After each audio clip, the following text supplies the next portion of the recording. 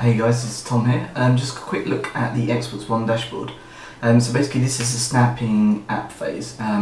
Essentially you launch it from the dashboard and then it snaps pretty much like Windows 8 to the side there.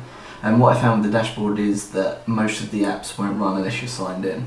You can quickly unsnap from the dashboard as well, and then sort of multitask between apps and games.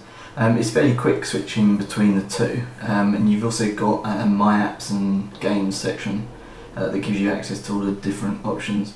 I tried out TV, but that didn't run properly, so it looks as though you'll have to be signed in for that to work as well. And none of the dashboards were signed in.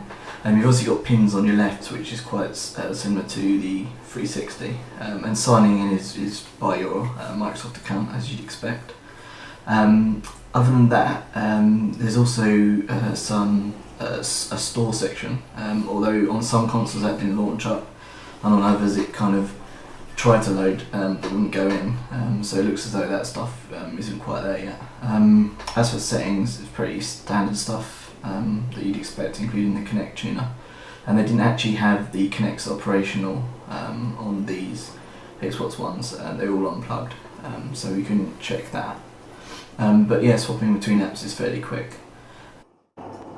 So if you have a game running, you can have an app snapped at the same time. The actual way that you switch between the apps, you have to go back to the dash using the Xbox button, and then you select the snap app to the side to then control it. So you can also launch full screen apps that then snap to other apps. So you've got Internet Explorer here. This worked on some consoles, Internet Explorer, whereas others wanted to sign in. It works pretty much the same as the 360, so the navigation is pretty similar. But yeah, if you snap out of, like, say we've got Battlefield here, you can switch between the apps fairly quickly, and then you can snap, say, Internet Explorer on the side, and then Battlefield will resume. So it's fairly quick. I was quite impressed with how it switched. I didn't notice any lag, and the only problem is that we couldn't really get the apps to fully run because they needed to be signed in. But that was a quick look at snapping on the Xbox One.